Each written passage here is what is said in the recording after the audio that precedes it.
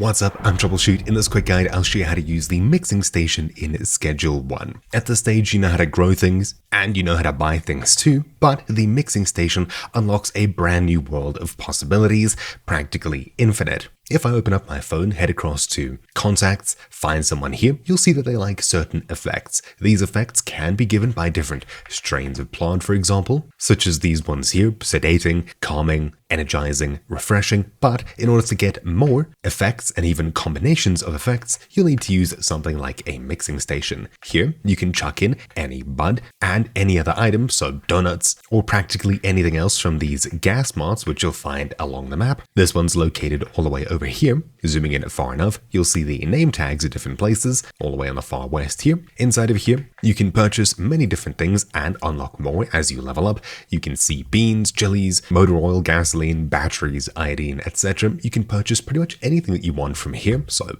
for example, this and that. We'll take these two items and head back to our mixing station where we can create ungodly mixes, where when you try something new, you'll see that you've got a bunch of question marks here. Whenever you want to make something, add your ingredient and your mixer, begin, and add both of these items to this mixer here. You can use A and D to tilt liquids, otherwise just place solids inside of there, then click start, wait for a few seconds for it to finish, and just like that, you've unlocked something new with a couple of unique effects. You can name it and click done. Just like that, you've now upgraded an item and added new effects to it. What you can do from here is continue to mix. You can either throw in new items, or you can throw in already mixed items and add new pieces to it to create even more effects. You can stack this pretty much infinitely. So for example, adding a donut and this thing here, bam, we've now got this as an output. Then we can take it and say, put it straight back in, add another donut and create something more than just calorie dense. This is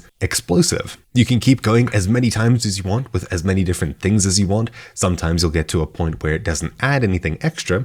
You'll have to change your recipe and then you'll get something new from it, for example. You can just keep going and chuck as many things as you want. Just keep in mind, when people want this, you'll need to recreate it in plus minus the same way that you did before. There you go. You can take this product and release it to the world if you wish. And you can also make multiple things at once, say adding 6 of these and 6 of these, where you'll then have a bunch on your table. I'd recommend holding right click where you'll get this circle so you can grab multiple items at once, drag them all in, and this is going to make your life a lot easier. This right click trick works with quite a few different stations, not just this one here, so keep it in mind, it's pretty useful. Add everything in, and then click go, wait for it to finish, and you'll have a bunch of product output instead of just one. This mixing station always takes one product and one mixer to create one modified product at the very end. If you want to make 10 of something, you need 10 of each of these to make 10 output. It's not super expensive, but the amount of different variations you can make is pretty much limitless. I'd recommend naming these things in a way that you can remember, just so when someone asks for it, you think, I need exactly this